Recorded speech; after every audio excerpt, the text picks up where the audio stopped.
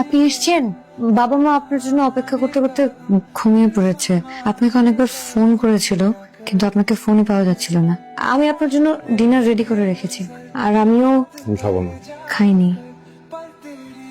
আমি আজকে প্রমির সাথে দেখা করতে গিয়েছিলাম, ওকে আজকে সবকিছু বলে এসেছি।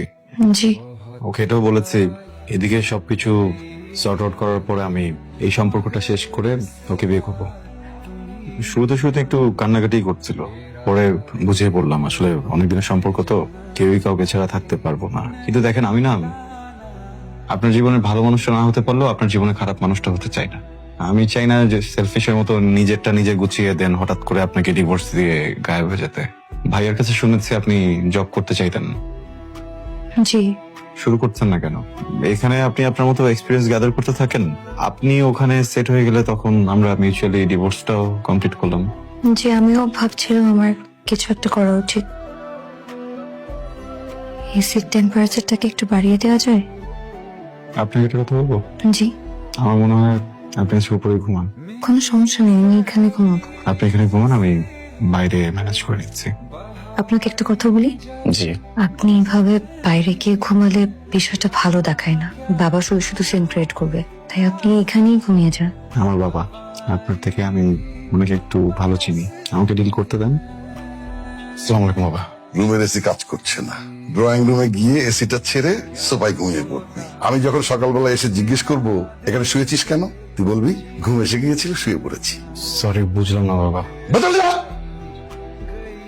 বাবাকে ডিল করে আসলেন? জি। তাহলে চুপচাপ ঘুমিয়ে পড়ুন।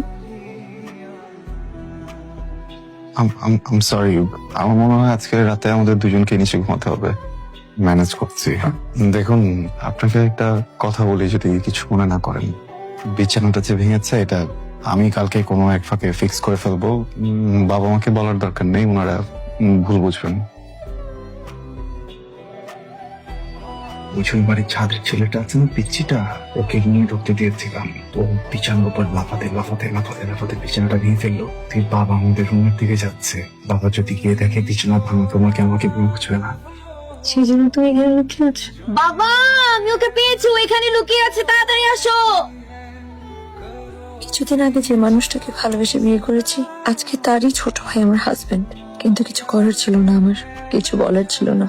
যখন আমি ভেবেছি যে ঠিক আছে এবার কোনোভাবে সংসারটাকে গুছিয়ে নিই, তখন দেখলাম সেও আমাকে ছেড়ে দিয়ে তার জীবনটা গোছাতে যায়।